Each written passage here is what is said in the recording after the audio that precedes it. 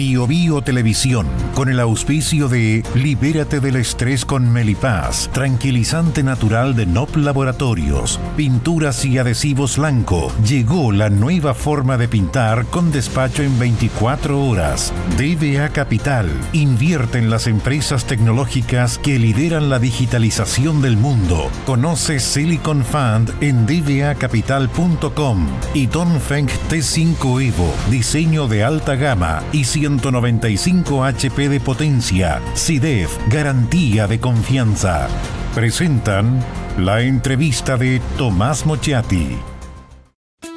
El estrés y la ansiedad en estos tiempos es indudable. ¿Andas acelerado? ¿Sientes tu mente sobrepasada? ¿Te cuesta dormir bien? Para tranquilizarnos naturalmente, tenemos Melipaz, que calma la ansiedad, relaja y reduce el estrés.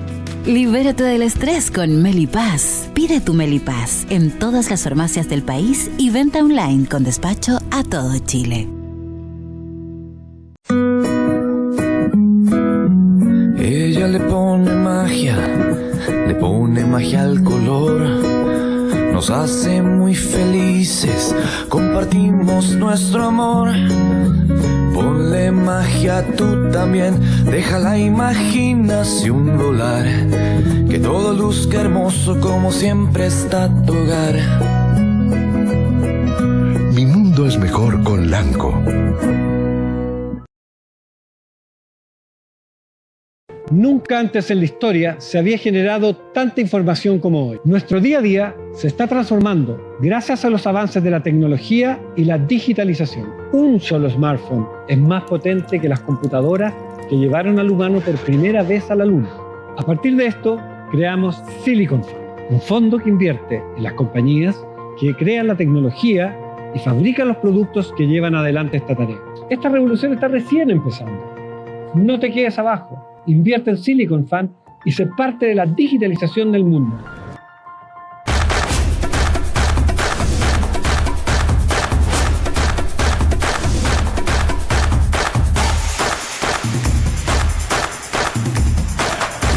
SIDEF, garantía de confianza.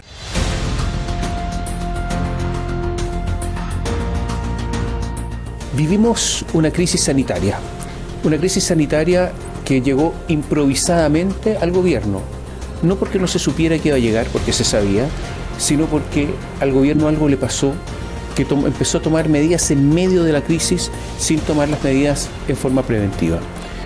Hay 7 niños muertos en estos instantes. Vamos a conversar con Luis Castillo, es anestesiólogo, ustedes lo recordarán, fue subsecretario de redes asistenciales entre el año 2010 y 2014, también entre el año 2018 y 2019, y desde el 19 de mayo de 2020 supervisó la anexión o conversión de cupos críticos en las clínicas, cuando todo estaba muy complicado y tenían que reconvertirse rápidamente las camas en el sector privado. Es decano de la Facultad de Ciencias de la Salud de la Universidad Autónoma. Gracias por estar con nosotros. Muy buenas tardes, muchas gracias por la invitación. ¿Por qué está todo tan complicado? ¿Qué es lo que pasó? ¿Por qué se fueron tomando medidas y realizando anuncios como matacaballo? Yo creo que lo que pasó fue que la realidad que sucedió en el hemisferio norte a fines del año pasado, a principios de este año, no fue aquilatada de una manera mucho más profunda y simulada ese escenario aquí en nuestro país. Porque en el hemisferio norte pasó exactamente lo mismo que pasó acá. Hubo muchas pero es que requerimientos. Se sabe que cuando ocurre allá se repite acá. Se repite acá. Pero sí. entonces hay que correr un poquito el micrófono más. Ahí está, perfecto. Creo que dificultades en aquilatar, en poder incorporar esa realidad a los planes de la campaña de invierno doctor, en nuestro país. No, es serio. Yo que no tengo idea, uno mira el norte y sabe que el hemisferio norte sabe que puede ocurrir acá, como eso de que nadie pudo percibir, aquilatar, dimensionar. ¿Qué es eso? A ver si hay gente que le pagan para esto. Bueno, son médicos, son especialistas. Sí, lo que yo he dicho y digo es que si bien es cierto esa realidad existió, se estudió, se analizó, se implementó estas medidas preventivas absolutamente en forma tardía, contra el tiempo y contra la carrera y contra los problemas, en forma muy apresurada, dada más más que apuntar a una ejecución de un plan, apuntar a una solución de una crisis propiamente tal. Ahí yo creo que faltó definitivamente profesionalismo en la gestión para adelantarse y planificar un enfrentamiento eventual a una crisis que podría suceder en nuestro país. Mire, 15 de marzo, el Ministerio de Salud extiende alerta sanitaria hasta el 31 de agosto. 16 de mayo, circulación del virus incisional duplicará su número en comparación al año 2022. 24 de mayo, el Instituto de Salud Pública alerta que camas pediátricas UCI están en el 91%. 24 de mayo. 6 de junio ocurre el primer fallecimiento, pero podría incluso agregar más alertas. Hubo un montón de alertas de todo esto. Y usted dice, faltó profesionalismo. Le agrego a eso que en diciembre del año pasado tuvimos información de la situación que pasaba en algunos países europeos y en Estados Unidos. Además de eso, a ver, si faltó profesionalismo, ¿quiénes son los que quiénes son los responsables, con nombre y apellido acá? La campaña de invierno es llevada por la subsecretaría y subsecretario o subsecretaria de redes asistenciales en conjunto con Salud Pública y conducido por la señora ministra. ¿Por qué la vacunación ha sido, yo diría, un fracaso desde el punto de vista de la cobertura? La cobertura de influenza actual y la campaña de vacunación creo que ha sido un fracaso por la tasa, porque no ha habido comunicación, no ha habido empoderamiento de transmitir a los adultos mayores, entre otras cosas, y porque tenemos otros factores asociados que explican también parte de esa reducción en el número de adultos doctor, vacunados. Entonces aquí también es responsable la ministra, ¿no? Si ella es la jefe de todo esto. Bueno, la ministra es la jefa máxima del Servicio de Salud y del Ministerio de Salud. Ella es la que conduce todas estas cosas. Claro, es parte de su responsabilidad también. Su mano ejecutora son Salud Pública y redes, pero la responsabilidad primaria es de la señora ministra. ¿Es ejecutiva? Hago esta pregunta porque esta es una característica y no una condena. Hay personas que tienen capacidades ejecutivas y otras que no. Se dice, voy a poner un ejemplo burdo, que a lo mejor los artistas tienen menos capacidad ejecutiva y una persona que se ha dedicado a la administración las tiene más. La ministra, ¿tiene entre sus características la ejecución? La ejecución y la gestión. Sí, a eso me refiero, gestión, día a día. La ministra es una académica científica, pero yo creo que su potencialidad en gestión es muy pequeña porque quien ejecuta las políticas es la Subsecretaría de Salud Pública y de redes. Pero ella tiene que estar a cargo de la gestión, mirar, exigir, meta. La responsabilidad de la ejecución de ese plan, si bien es cierto en la práctica operacional de su secretario, pero ella es la responsable política clínica de esta campaña. ¿Usted habría ejercido en ella las responsabilidades? ¿También en ella? Depende si la falla fue en la planificación o en la ejecución. Si la falla fue un elemento de ejecución, creo que las responsabilidades son súper claras. Si la falla es un problema de planificación y de fiscalización, creo que las responsabilidades son más allá del ministro o ministra. Bueno, pero ella no fiscalizó, pues, estaban todos los avisos, usted me dice, hubo falta de profesionalismo, se actuó, entonces no se planificó bien. Pues. Es que a lo mejor se planificó, pero se ejecutó en forma tardía o en forma inadecuada. Ojo, que ese tema ¿Y qué sabe usted de la planificación? No, a mí me tocó ayudar a planificar en campaña de pandemia el crecimiento de las camas.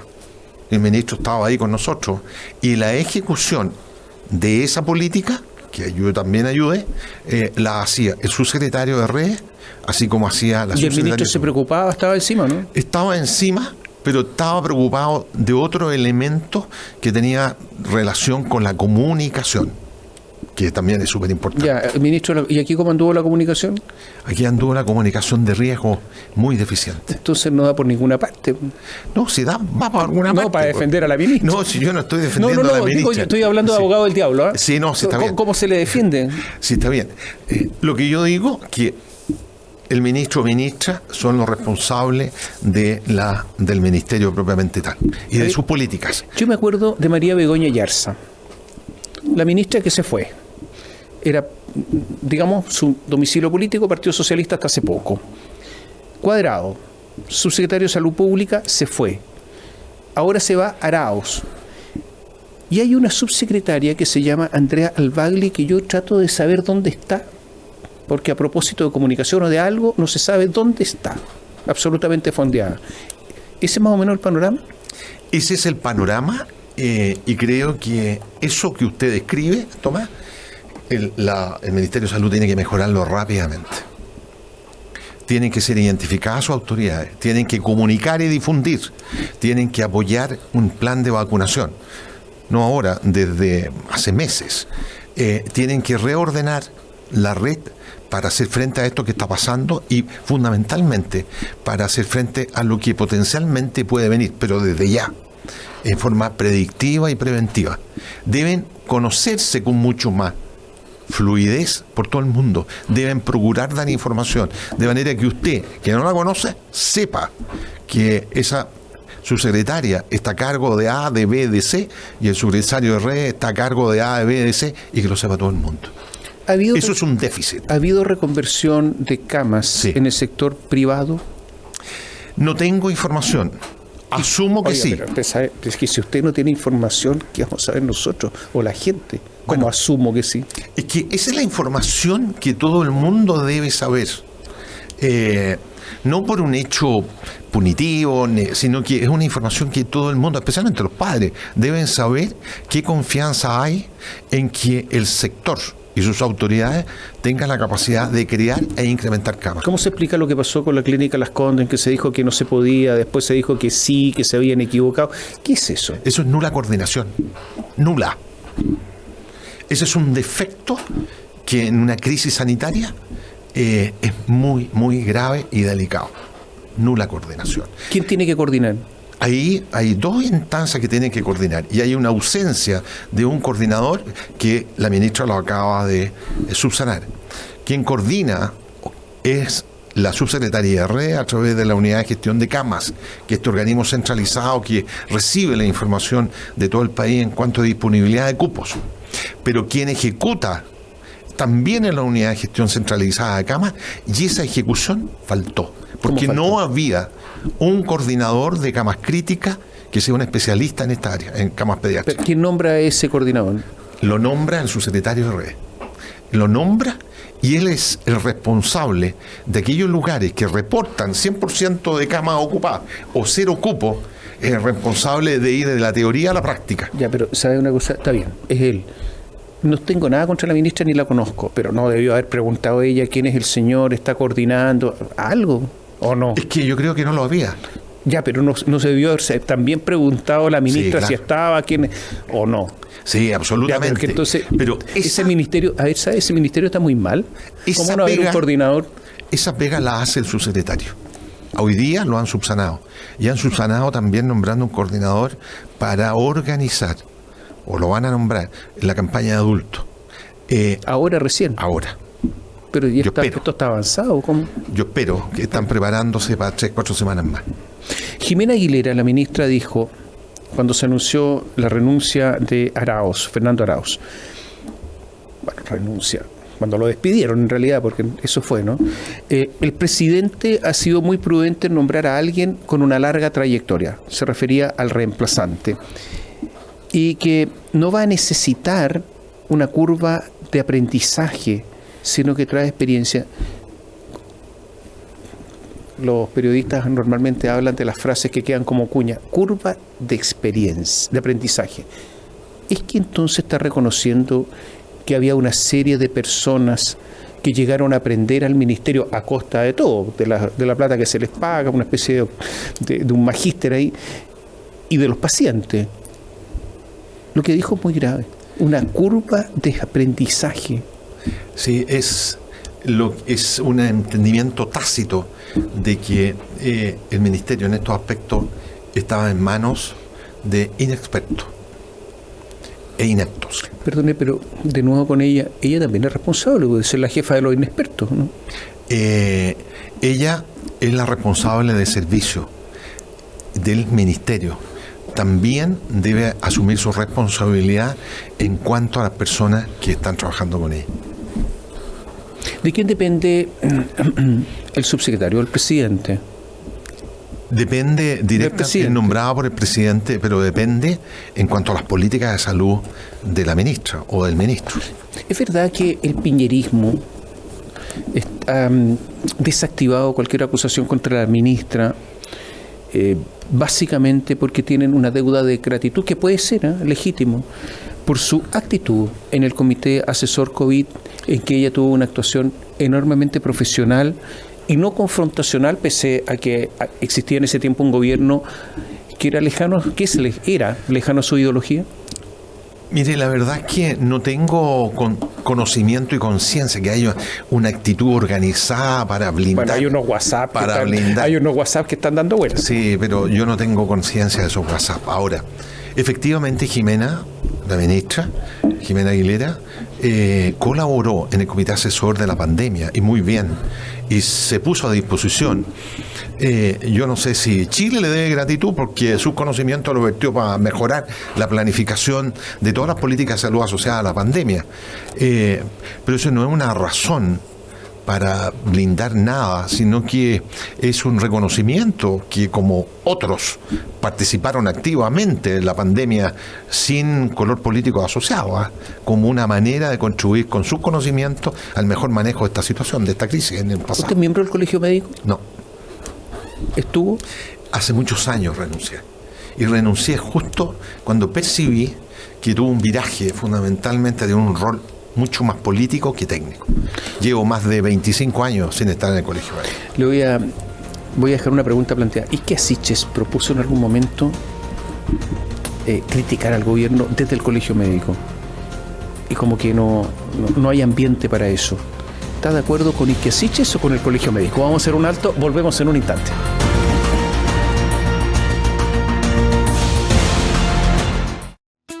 El estrés y la ansiedad en estos tiempos es indudable. ¿Andas acelerado? ¿Sientes tu mente sobrepasada? ¿Te cuesta dormir bien? Para tranquilizarnos naturalmente, tenemos Melipaz, que calma la ansiedad, relaja y reduce el estrés. Libérate del estrés con Melipaz. Pide tu Melipaz en todas las farmacias del país y venta online con despacho a todo Chile. Nunca antes en la historia se había generado tanta información como hoy. Nuestro día a día se está transformando gracias a los avances de la tecnología y la digitalización. Un solo smartphone es más potente que las computadoras que llevaron al humano por primera vez a la Luna. A partir de esto, creamos Silicon Fund, un fondo que invierte en las compañías que crean la tecnología y fabrican los productos que llevan adelante esta tarea. Esta revolución está recién empezando. No te quedes abajo. Invierte en Silicon Fund y sé parte de la digitalización del mundo. Ella le pone magia al color. Nos hace muy felices, compartimos nuestro amor. Ponle magia tú también, deja la imaginación volar. Que todo luzca hermoso como siempre está tu hogar. Mi mundo es mejor con Lanco.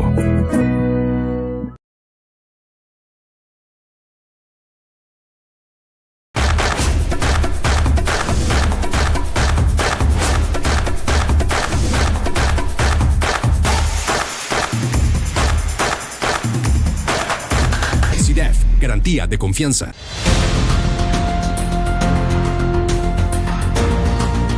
Estamos de vuelta.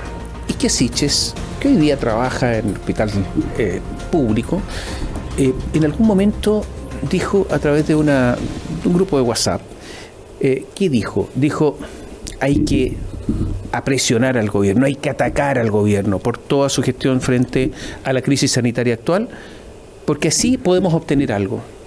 ¿Está de acuerdo o no está de acuerdo? No, yo creo que esas aseveraciones son realmente patéticas. Patéticas. Creo que el mero hecho de la concepción de atacar, de mover, de enfrentar, cuando el Colegio Médico debe ser todo lo contrario, colaborar, ofrecer, mejorar, poner a disposición de cada uno es dueño de sus palabras. ¿Y no la encuentra consecuente? ¿Es lo que hizo con el gobierno anterior? Absolutamente. Sí, la encuentro consecuente y no obsecuente, pero es que yo nunca estuve de acuerdo con lo que hizo anteriormente, tampoco, porque ahí sí que... Hago la pregunta al revés, entonces. ¿Es consecuente el Colegio Médico con la actitud actual con la que tuvo en tiempo de pandemia del COVID? Pero es que hay que ver quiénes son sus autoridades. A lo mejor es consecuente la autoridad y su conducta con el manejo de toda esta situación de crisis. A lo mejor uno podría esperar que las autoridades actuales del colegio pudieran levantar la voz en el área de la organización y reorganización más rápida y acelerada de todo lo que haya que arreglar. Usted firmó una declaración, una petición, una serie de propuestas al Proposición. gobierno. Sí, claro, pero se hizo a través de una declaración, ¿no es cierto? Son propuestas al gobierno. Está firmado por usted y por otras personas que participaron en el gobierno anterior. Y dice, dentro de las propuestas, se necesita con urgencia la implementación en el Ministerio de Salud de un coordinador nacional de gestión de camas críticas pediátricas y camas críticas de adultos para escenario de corto, mediano y largo. ¿Esto es lo que están haciendo ahora? Esto es lo que están haciendo. ¿O sea, le hicieron caso en esto? Sí. 2. Es necesario reactivar la red integrada de salud, o sea, público y privado. Entiendo que eso lo están haciendo. La están coordinando de forma más real ahora. ¿Recién ahora? Recién ahora.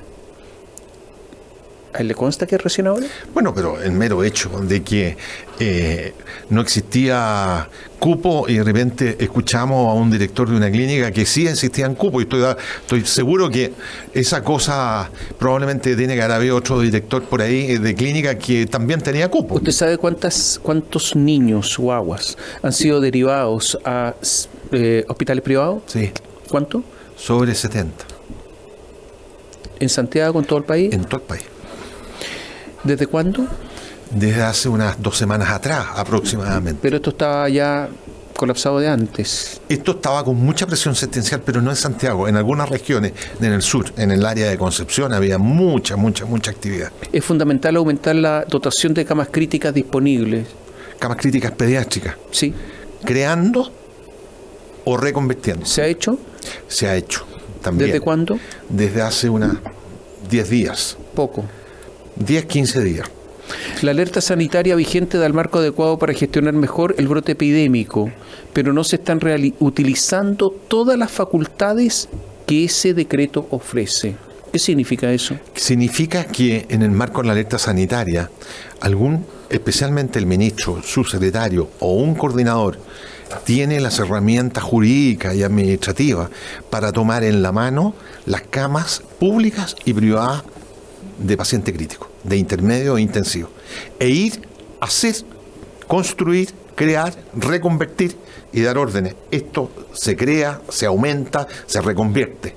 ¿Sabe lo que yo sé? Que ni siquiera llamaban por teléfono. Y que en algunos casos llamaban por teléfono y dice, hay camas, pero no estaba la orden, incluso presencial, de que fuera un funcionario a decirles tienen que hacer esto ahora. Lo más probable. ¿Y por qué? Si no, uno se explica cómo hay una contradicción en la información. Esto lo estaban haciendo percibiendo en forma inadecuada la magnitud del problema, y lo hacían dentro de una oficina en forma teórica sin tener relación con la parte práctica, que es muy importante, sobre todo en esta crisis. ¿Usted conoce el detalle del número de pacientes infectados, el número de consultas de urgencia, el número de hospitalizaciones, el número de requerimientos de camas de unidad de pacientes críticos? O sea, ¿conoce los detalles? No, con detalle, porque no hay una comunicación, salvo lo que están haciendo ahora en relación al número de camas que están subiendo. No tenemos públicamente la tasa de consulta, pero especialmente una información que se llama la tasa de conversión, que es el número o el porcentaje de hospitalización derivado de la tasa de consulta, que permite estudiar y calcular los requerimientos de cama a futuro.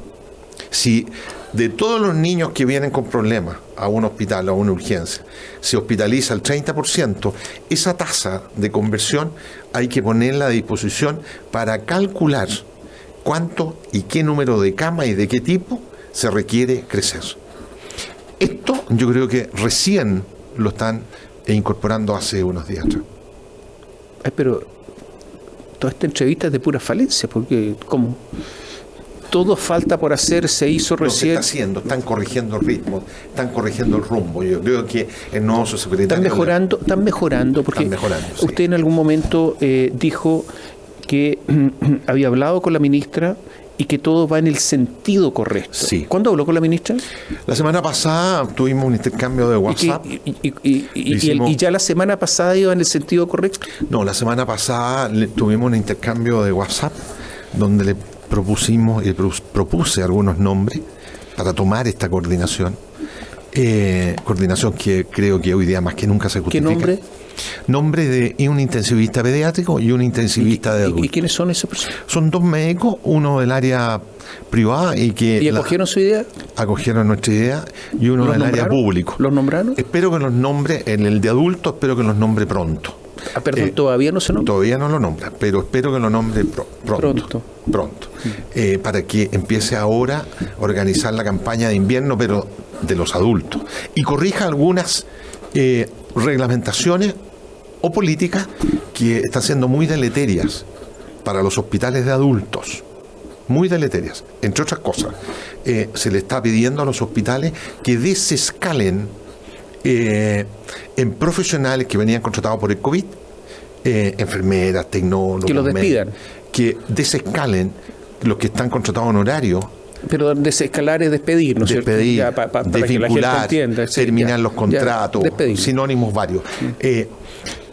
Por aquellos que están contratados por honorario, en plena campaña de invierno y en el horizonte un aumento de los casos de influenza. Eso lo va a tener que corregir rápidamente el ministerio. En España, cuando está ahora terminando el invierno español, hubo una nueva ola, fue una cosa muy extraña. Correcto.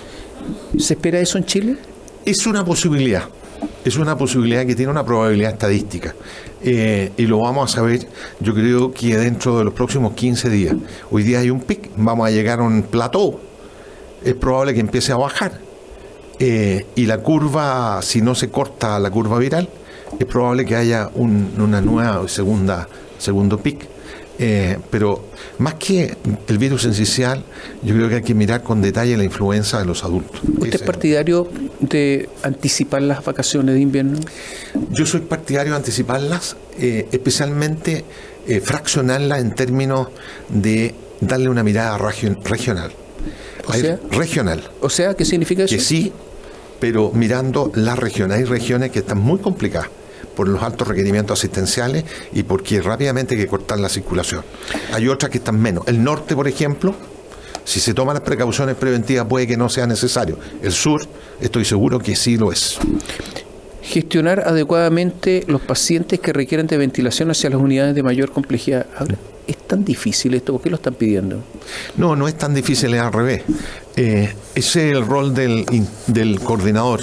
Cuando tú tienes o uno reporta 100% ocupación, lo más probable que si hay una conversación de especialistas en terreno, uno pida al local que los casos que están en cuidados intensivos, que no están conectados al respirador, se desplacen, si es necesario y posible, a un área de un poquito menos de complejidad y abran ese cupo a algún niño o adulto más complejo y grave.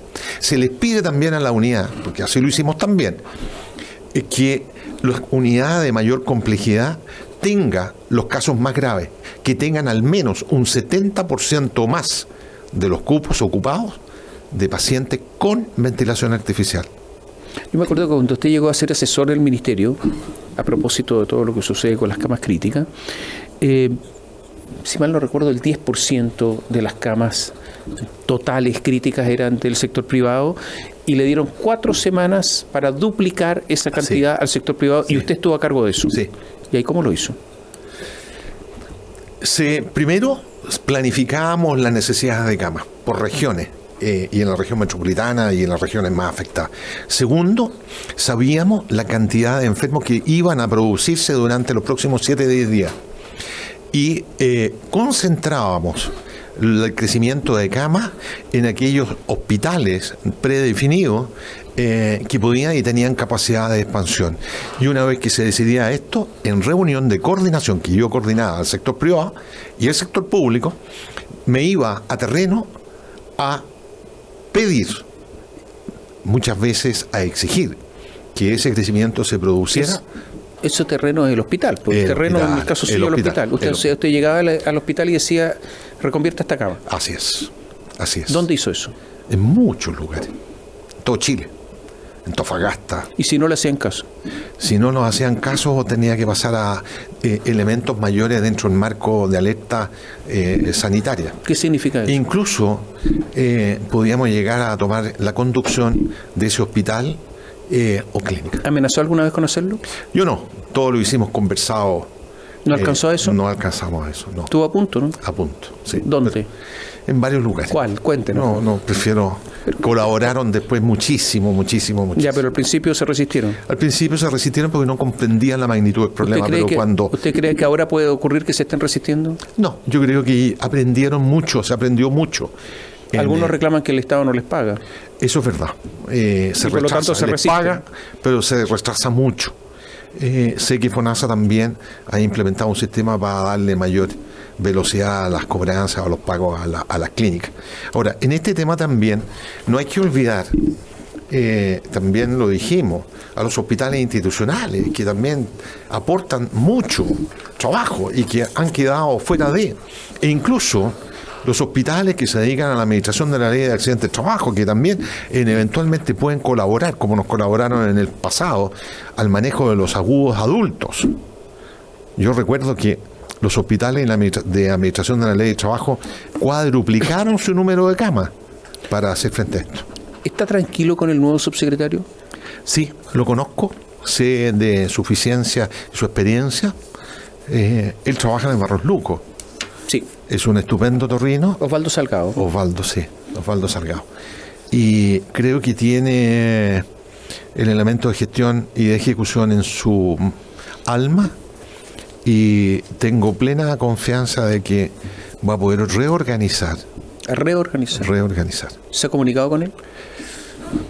No formalmente, pero le ha ofrecido colaboración, lo que estime conveniente.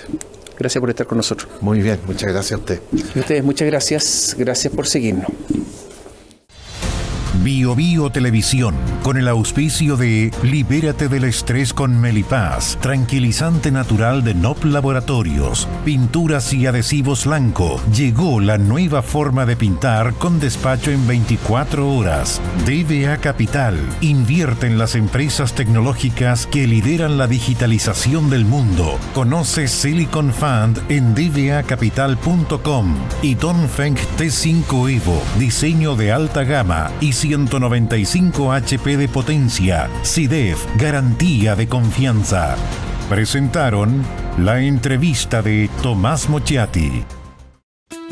El estrés y la ansiedad en estos tiempos es indudable. ¿Andas acelerado? ¿Sientes tu mente sobrepasada? ¿Te cuesta dormir bien? Para tranquilizarnos naturalmente, tenemos Melipaz, que calma la ansiedad, relaja y reduce el estrés. Libérate del estrés con Melipaz. Pide tu Melipaz en todas las farmacias del país y venta online con despacho a todo Chile. Ella le pone magia al color. Nos hace muy felices, compartimos nuestro amor. Ponle magia tú también, deja la imaginación volar. Que todo luzca hermoso como siempre está tu hogar. Mi mundo es mejor con Lanco. Nunca antes en la historia se había generado tanta información como hoy. Nuestro día a día se está transformando gracias a los avances de la tecnología y la digitalización. Un solo smartphone es más potente que las computadoras que llevaron al humano por primera vez a la Luna. A partir de esto, creamos Silicon Fund, un fondo que invierte en las compañías que crean la tecnología y fabrican los productos que llevan adelante esta tarea. Esta revolución está recién empezando. No te quedes abajo. Invierte en Silicon Fund y sé parte de la digitalización del mundo.